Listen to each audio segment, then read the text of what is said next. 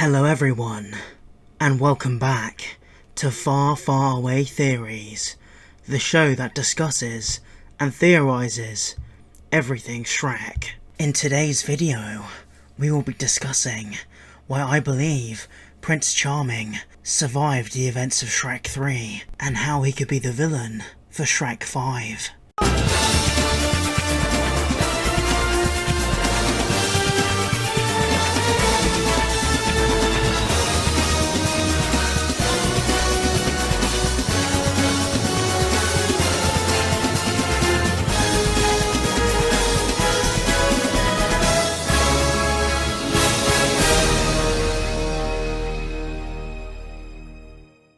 So, before I let you all in on my crazy revelation, I need to go back to Charming's past and to explain about his mother, the fairy godmother. So as we know, in Shrek 2, the fairy godmother has a lot of power and she's also a celebrity, but part of her job is to make princesses happy by using her magical cards. She also creates potions in her secret lab. We even see her creating an evil potion in the movie itself. As we know, the fairy godmother can even teleport from when Fiona summoned her through her happiness is only a tear away card. So we know that the fairy godmother has crazy amounts of power. She can also use magic with her magic wand, which she used to turn Harold into a human and then back into a frog at the end of Shrek 2.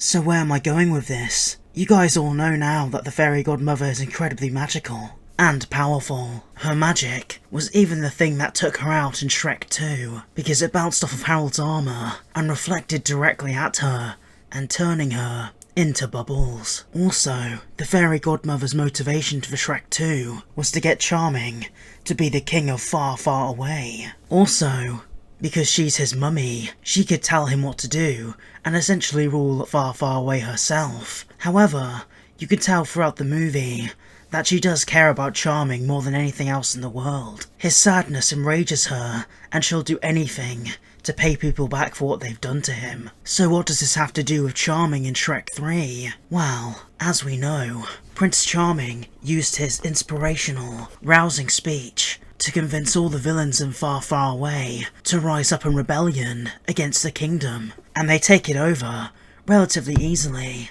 attacking Far, Far Away itself and its inhabitants. Charming even puts on a play to show his triumphant victory against his enemies, and also tried to kill Shrek in a live play to finally show that he should be king of Far, Far Away. He even stabs Shrek. After Artie's inspirational and hope-filled speech, the villains end up reforming and standing down and wanting to stop being villains. However, this was Charming's breaking point. After Shrek ruined his life and killed his mummy, he was not having any of it. He snapped and had finally had enough! After Shrek saves Artie from being sliced up by Prince Charming, Shrek grabs him with his chains that he has wrapped around his hands, and then Prince Charming stabs Shrek with his sword. However, fortunately for Shrek, Prince Charming had to. You need to work on your aim. However, Prince Charming had not given up on his happily ever after, and still stayed defiant against Shrek. However, Dragon smiled deviously and hit the tower with her tail. This made the tower fall on Prince Charming and seemingly kill him. However, this is where my theory comes in. As we know, Fairy Godmother cares about Prince Charming more than anything in the world, and with all of her vast, impressive powers, you would expect her to have some sort of magical charm on her son to make sure he wouldn't die if he was in danger. I can imagine this would take an extreme amount of magical power and would only work once. As we know in movies, we never see Charming die on screen. Sure, the tower falls on him, but we never see his body. So, we could easily theorise that the fairy godmother had a magical charm on Charming, and he's still alive. This would also make sense for Charming's character, because, as we know from the start of Shrek 3, he's not very happy about his life.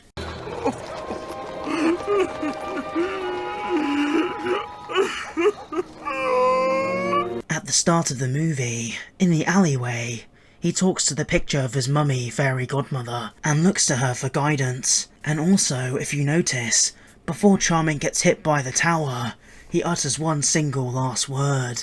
Mummy? Mummy. It's clear that Charming was hoping his mother would save him, and that he wants her protection. However, if she told Prince Charming about the protective charm she put on him, perhaps mummy was the key word to keep him safe, and he said it by instinct before he got hit by the tower. Another bit of evidence that adds up to this theory is with the other two villains of the first two movies, Lord Farquaad and the fairy godmother. You see both of their deaths on screen. With Charming, it's left ambiguous. Another way Charming possibly could have survived was a stage door. People who have done plays before, or work in theatre, know that for some effects, there are trapdoors in the bottom of floors, and they're used behind cover, so characters can vanish without the audience seeing. So it's very possible, even if the fairy godmother's charm was luck-based, he possibly could have fell through a trapdoor and survived. And if that was the case, he could have retreated in shock and vowed to get revenge on Shrek another day. But even if he was hit by the tower and saved by the fairy godmother's charm, I have something that can add to this theory. Further motivation for Charming to try and get revenge on Shrek. If Charming got hit by the tower, it's very possible his face got damaged and scarred, making him less charming, taking away his biggest aspect, his charming face. If Prince Charming had a scar on his face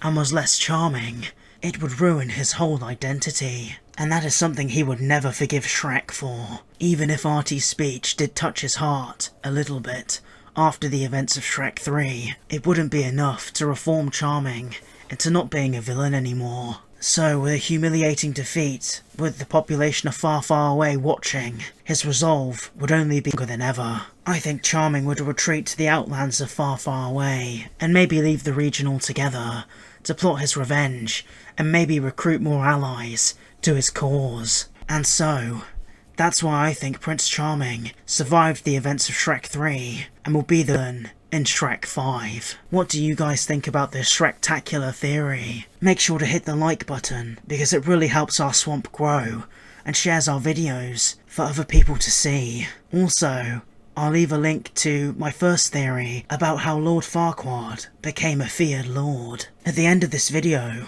I'll leave it as the recommended video that will pop up at the end, and I'll also leave a link to it in the description below. Make sure to subscribe to join the Farfaraway Theory swamp, and also hit the notification bell to get notifications so you always know whenever I upload a new Shrektacular theory. Also, don't forget to follow me on Twitter and Instagram to get more updates on the channel and more Shrektacular content. The link to my Twitter and Instagram will be in the description below. Don't forget to add your comments in the comment section down below, and thank you so much for watching. I hope you all have a Shrektastic day. Stay safe, everyone.